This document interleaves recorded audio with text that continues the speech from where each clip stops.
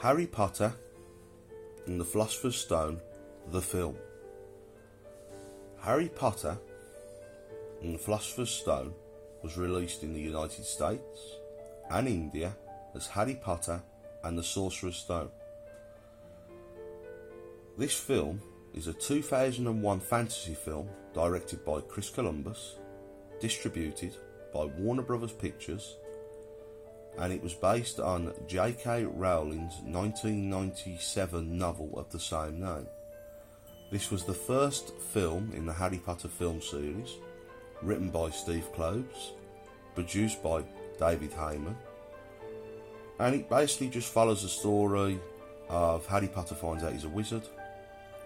We learn about Lord Voldemort, we learn about Hogwarts, we learn about the professors, such as Severus Snape, Professor McGonagall, the headmaster, Albus Percival Wulfric O'Brien Dumbledore. We learn about chocolate frogs, 9 3/4, Hagrid, quite a number of things. Obviously it's based on Harry Potter and the Philosopher's Stone, the book by J.K. Rowling. It starred Daniel Radcliffe, Rupert Grint, Emma Watson, John Cleese, Robbie Coltrane, Richard Griffiths, Richard Harris, Ian Hart, John Hurt, Alan Rickman, Fiona Shaw, Maggie Smith. The music was done wonderfully by John Williams.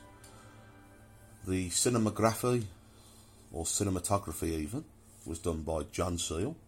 It was edited by Richard Francis Blue.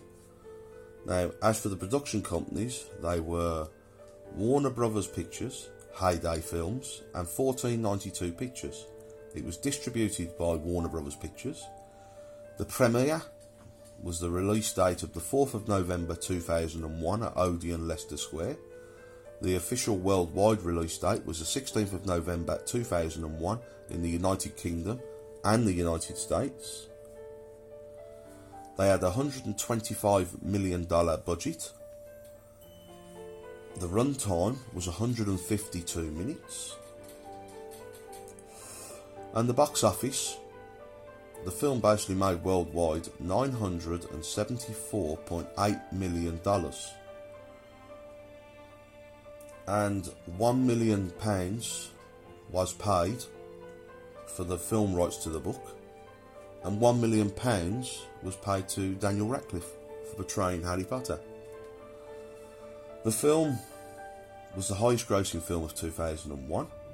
It was the 37th highest grossing film of all time. It was second at the time of its release. It is the second most successful instalment of the Harry Potter series, just behind Harry Potter and the Deathly Hallows Part 2. Now, this film was nominated for many awards, including Academy Awards, Best Original Score, Best Art Direction, Best Costume Design. It was obviously followed by 7 sequels, which obviously began with Harry Potter and the Chamber of Secrets in 2002.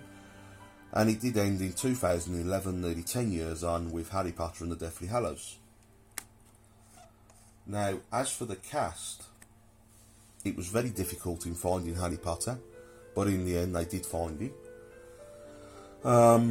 Rupert Grint as Ron Weasley, well, he decided he was perfect for the part and he loved the books, and he'd seen a newsround report on the television, so he sent a video of himself rapping about how he wished to receive the part, and his attempt was successful, and the casting team asked him for a meeting, and then he got the part.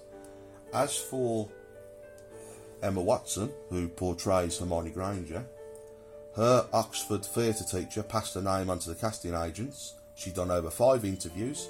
She took every audition seriously. She felt she didn't have a chance. She put herself down a bit. But the producers were impressed by her self-confidence, and she outperformed the thousands of other girls who applied.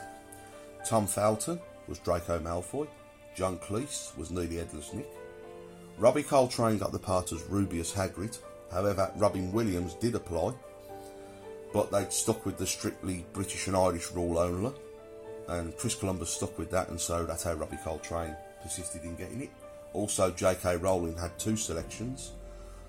and she really wanted Robbie Coltrane as Hagrid and Professor McGonagall, Maggie Smith. Warwick Davis was Phileas Flitwick. He was the Charms Master. Warwick had also done 2 other roles. He was the Goblin Head Teller at Greengrotts. Vern Troyer had betrayed Griphook, but Warwick had done the voice. Richard Griffiths was Vernon Dursley. However, at one point Ian McNeice was considered, but Richard Griffiths got it. Richard Harris was selected for Albus Dumbledore. Now, he did turn it down, but he reversed his decision after his granddaughter had said to him, "I'll never speak to you again if you don't do it." And he did. He done it. Ian Hart was Professor Quirrell. However, David Thewlis, he had gone for the part and he was turned down, but he did later become excuse me, Remus Lupin in Harry Potter and the Prisoner of Azkaban and so many films after. John Hurt was Mr. Ollivander. Alan Rickman was Severus Snape, but Tim Ruff was the original choice for the role, but he turned it down for Planet of the Apes. Fiona Shaw was Petunia Dursley. Maggie Smith, as I've said, was Minerva McGonagall. Vern Troyer obviously was Griphook, but the voice was dubbed by Warwick Davis. Julie Walters was Molly Weasley, which I think is one of the most amazing things I've ever seen. However, American actress Rosie O'Donnell had held talks with Chris about playing Mrs. Weasley, but she was turned down, and it did stay with Julie Walters. Now, what had basically happened was in 1997, David Heyman was searching for a children's book that he could adapt into a well-received film. Now, he had planned to produce Diana Wynne Jones's novel, The Ogre Downstairs, but his plans fell through. And the staff at Heyday Films had suggested Harry Potter and the Philosopher's Stone, and his assistant had said this would be a cool idea. David had pitched the idea to Warner Brothers, and in 1999, J.K. Rowling sold the company the rights to the first 4 Harry Potter books for a reported £1 million, or $1.9 million. J.K. Rowling had made a principal point of keeping the cast British or Irish. She opened up to French and Eastern European actors when obviously we come to Harry Potter and the Goblet of Fire. Steven Spielberg was considered to be a director for the film, but he wanted to do an animated film, not a live adaptation, and he wanted the American actor Haley Joel Osment to provide Harry Potter's voice. But instead Spielberg had gone on to direct AI, artificial intelligence instead. Now, other directors who were considered were Terry Gilliam, Jonathan Demme, Mike Newell, who actually went on to do Goblet of Fire, Alan Parker, Wolfgang Peterson, Rob Reiner, Ivan Reitman, Tim Robbins, M. Night Shyamalan, Peter Weir, Peterson and Reiner both pulled out in March 2000. In the end, it was narrowed down to Sibylline, Parker and Gilliam, and Chris Columbus.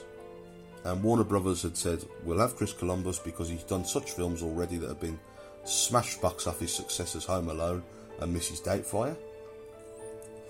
And he did stick to what J.K. Rowling wanted. So he's an amazing director.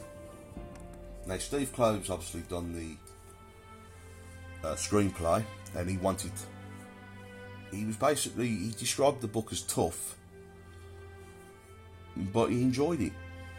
And apparently Harry Potter just jumped out at him. And he went out, he brought the book, he was an instant fan, and he kept it true to the characters.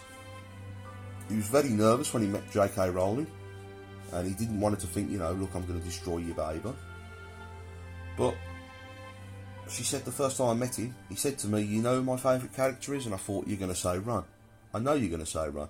But he said, Hermione. And I just kind of melted. J.K. Rowling had received a large amount of creative control, and this is why the date was put back due to constraints and other things going on, and this is why we got it on the 16th of November 2001.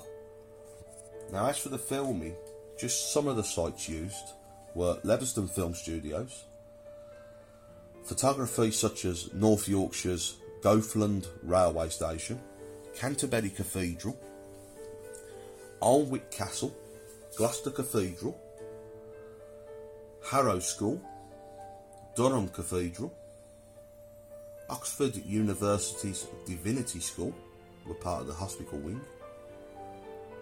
The Baldeum was used for the library. Bracknell, Berkshire.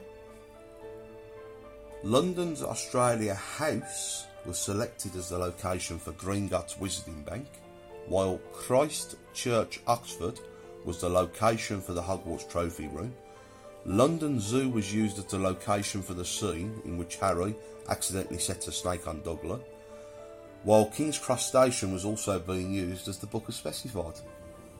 Now, because the American title was different, all scenes that mention the Philosopher's Stone by name had to be reshot, once with the actors saying philosophers, and then once they'd have to say sorcerers. The children filmed for 4 hours, and then they did 3 hours of schoolwork. They developed a liking for fake facial injuries from the makeup staff. Daniel was initially meant to wear green contact lenses as his eyes are blue and not green like Harry Potter's. But the lenses had given Daniel extreme irritation, and upon consultation with J.K. Rowling, it was agreed that Harry could have blue eyes. Excuse me. Obviously, another amazing part of the film is Diagon Alley. You know, the bricks open up, you see Hagrid using this magical umbrella wand, and it's just beautiful. You know, the music's out of this world. Another great part of it was the Quidditch. You know, it just stood out. There were so many things to this film. And obviously, John Williams was selected to compose the score.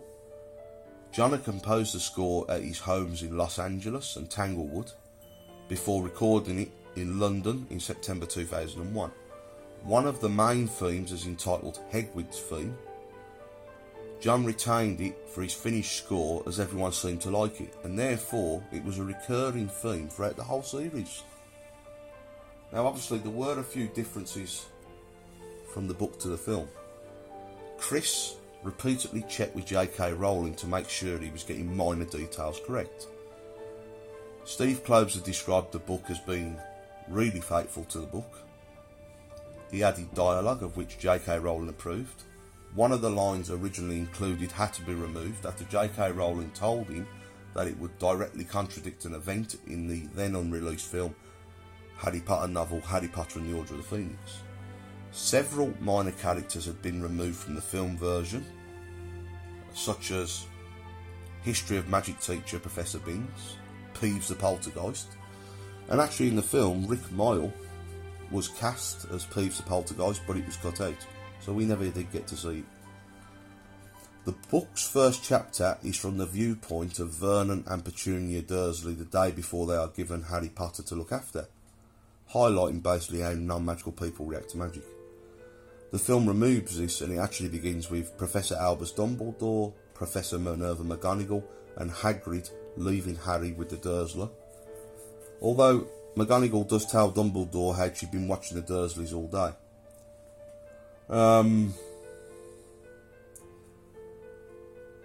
It's just amazing what was cut out, you know, and things were missing, but they really did stick as close as they could to the book. I mean, they only had 152 minutes, so you couldn't really put everything in, but it was amazing. Now, as for the marketing, the first teaser poster was released on the 1st of December 2000. The first teaser trailer was released via satellite on the 2nd of March 2001 and debuted in cinemas with the release of See Spot Run. The soundtrack was released on the 30th of October 2001 in a CD format. A video game based on the film was released on the 15th of November 2001 by Electronic Arts for several consoles. Mattel won the rights to produce toys based on the film to be sold exclusively through Warner Brothers Stories. Hasbro also produced products including confectionery products based on those from the film series. Warner Brothers signed a deal worth $150 million with Coca-Cola to promote the film. Lego produced a series of sets based on the buildings and scenes, as well as a Lego creator video game. Now, as for home media, Warner Brothers first released the film on VHS, which is video, and DVD on the 11th of February 2002 in the E3 UK, 11th of May 2002 in the UK, and on the 28th of May 2002 in the US. The VHS and DVD, the special edition, was re-released in the 7th of May 2004. An Ultimate Edition was later released exclusively in the US that included a Blu-ray and DVD. The release contains an extended version of the film with many of the deleted scenes. Additionally, the set includes the existing special effects disc or features disc, Daniel's, Rupert's and Emma's first screen tests, a feature-length special creating the world of Harry Potter Part 1, The Magic Begins, a 48-page hardcover booklet. The extended version has a running time of about 159 minutes, so that's 7 minutes more, which had previously been shown during certain television airings between May and June 2002. Harry Potter and the Philosopher's Stone sold 10 million copies. Almost 60% were DVD sales. It still holds many records. As for responses and critical response, it was getting phenomenal things. People loved it. They found it to be just one of these films that just stood out of nowhere. Now, as for awards, the film received 3 Academy Award nominations: Best Art Direction, Best Costume Design, Best Original Score for John Williams. The film was also nominated for 7 BAFTA Awards. These were Best British Film, Best Supporting Actor for Robbie Coltrane, as well as Best Costume Design, Production Design, Makeup and Hair, Sound and Visual Effects. The film did win a Saturn Award for its costumes. It was nominated for 8 more awards. It won other awards from the Casting Society of America and the Costume Designers Guild. It was nominated for the AFI Film Award for its special effects and the Art Directors Guild Award for its production design.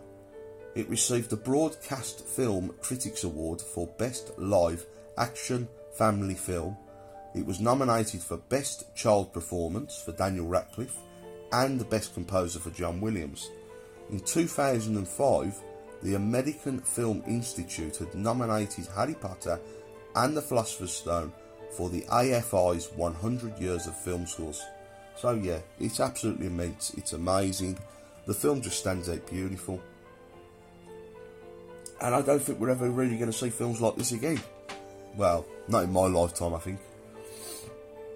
If you've never seen the film, where have you been, under a rock? Only a joke. If you've never seen the film, go and watch it. Because once you've watched the one, you're going to enjoy the rest. You'll love the music, it just fills you up. It's beautiful. I've never seen a film like it. And I've never seen a film series like it. And it really just started a lot of us growing up as children into something we could appreciate. And I hope you enjoyed this video. If you do, please like and subscribe. It helps the channel grow. And obviously, we do videos every day. So tomorrow we'll do Harry Potter and the Chamber of Secrets for the film. And we'll do them in order. Then we'll go back to the Philosopher's Stone as the book. And we could do with some ideas. So if you can throw any input in, please put it in the comments. Let us know. We want to see some stuff. We want to know what's going on. If you know any more to these films and books, let us know. We're a new channel. We're starting off. We're trying things. And I hope you enjoyed.